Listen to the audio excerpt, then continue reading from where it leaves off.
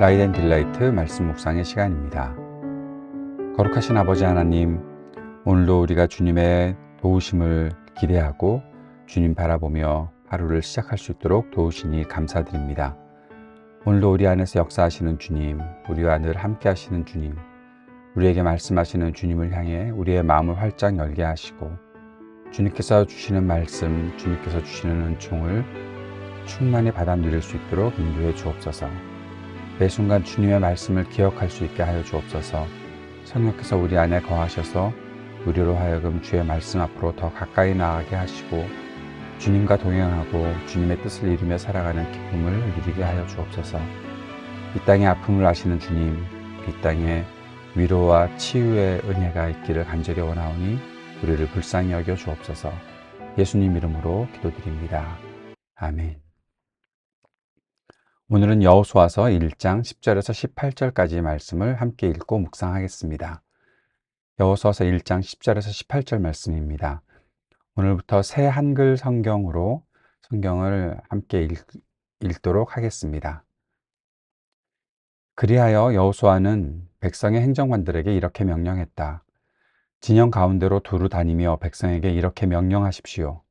여러분은 길 양식을 준비하십시오. 이제 3일 안에 여러분은 이 요르단 강을 건너서 땅을 차지하러 들어갈 것입니다.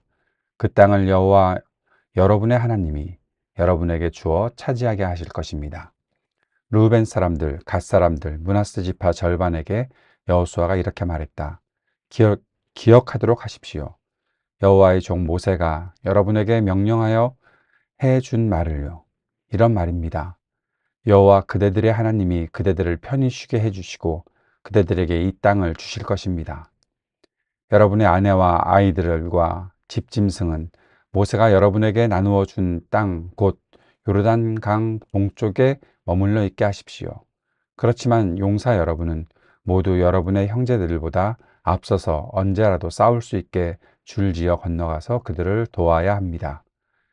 여호와께서 여러분에게 해 주셨듯이 여러분의 형제들을 편히 쉬게 해 주실 때까지 그렇게 해야 합니다. 마침내 그들도 여호와 여러분의 하나님이 주시려는 땅을 차지하게 될 것입니다. 그러고 나면 여러분은 여러분이 차지할 땅으로 돌아와서 그 땅을 차지할 수 있습니다.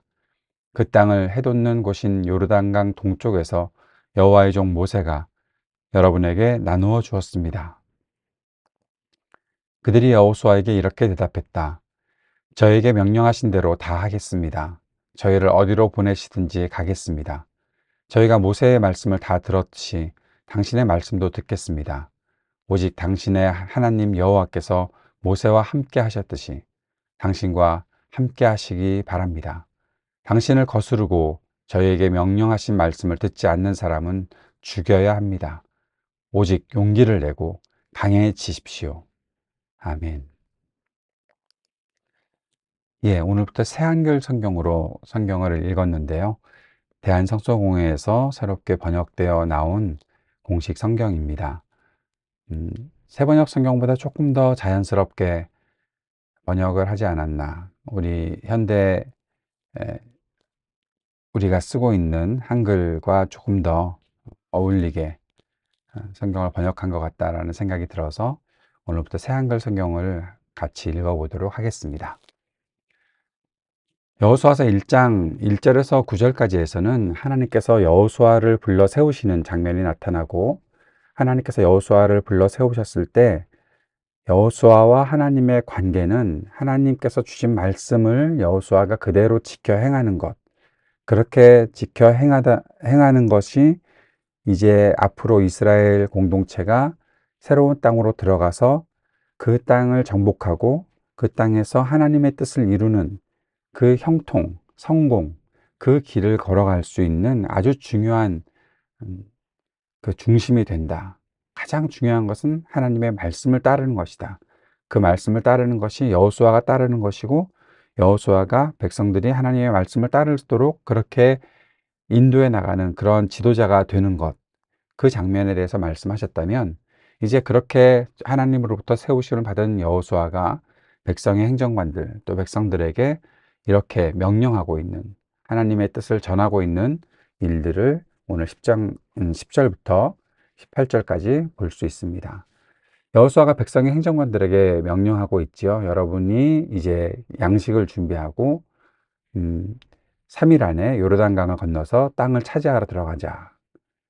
이것은 단지 여호수아가 갖고 있는 비전이 아니지요. 이것은 하나님께서 뜻하신 바, 하나님께서 하시는 일이다라는 사실을 우리가 알 수 있는 거죠. 하나님께서 계획하신 일들을 이제 이 백성들이, 이스라엘 백성들이 행하게 될 것이다. 하나님께서 일을 이루실 것이다. 하나님께서 그러한 일들을 이미 계획하셨다. 그러니 이제 우리가 차지하러 들어가자. 그 말을 백성들에게 전해주고 있는 것입니다. 그리고 이제 12절부터는 르우벤 사람들과 갓 사람들, 므낫세 지파 절반에게 여호수아가 말하는 장면이 나타나 있죠. 무엇을 말하고 있습니까? 여호와의 종 모세가 너 당신들에게 명령해 준 말을 기억해라 라고 하면서 하나님께서 그대들의 하나님이 그대들을 편히 쉬게 해주시고 그들에게 이 땅을 주실 것이다 라는 말씀을 하고 있습니다. 르벤 지파, 갓 지파, 므낫세의 그 절반 지파는 약속의 땅 동쪽에 요단 동쪽에 터를 잡고 싶다고 요구했었습니다. 그 지역은 그들의 대규모 가축대에게 굉장히 좋은 목초지였던 것이죠. 모세는 한 가지 조건을 달고 그 땅을 허락했었습니다. 바로 다른 지파들이 약속의 땅에 들어가 그곳을 정복하는 일을 그들이 도와야 한다라는 것을 말하고 있었습니다. 자기들이 차지하고 싶은 땅이 있는데 요단 동쪽에 있게 해달라, 요르단강 동쪽에 머물러 있게 해달라고 했는데 그렇다면 당신들은 여러분의 형제들, 당신들의 형제들보다 앞서서 언제라도 싸울 수 있게 줄지어 건너가서 그들을 도와야 한다 라는 조건을 달아 놓았던 것이죠.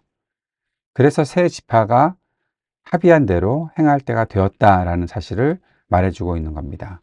이제 요르단강을 건너가야 하니까 그렇게 가서 도와야 한다라는 것입니다. 목표를 달성할 때 도움을 받았고 이제 당신들도 그 일을 도와주어야 한다라는 사실을 말해주고 있는 것입니다. 그렇게 될 때 하나님께서 약속하신 그 뜻이 다 이루어지는 것이다 라는 사실을 말해주고 있는 거죠. 내가 도움을 받았으면 내가 또 누군가에게 도움을 주어야 한다. 그것이 약속이었으니 더 그렇게 할 수 있어야 된다. 사실 사람들이 내가 도움이 필요할 때는 도움을 받으려고 하지만 내가 누군가를 도와줘야 될 때는 모른 척하는 때가 많이 있지 않습니까? 그것을 여호수아는 이제 당신들이 약속했던 것이 있고 모세와의 약속을 지켜서 언제라도 싸울 수 있게 그들을 도울 수 있어야 한다라고 말해준 장면이 15절까지 나타나 있는 장면입니다. 16절부터는 다 이제 이 일들에 대해서 여호수아로부터 들었던 백성들이 여호수아에게 명령하신 대로 다 하겠습니다. 어디로 보내시는지 가겠습니다.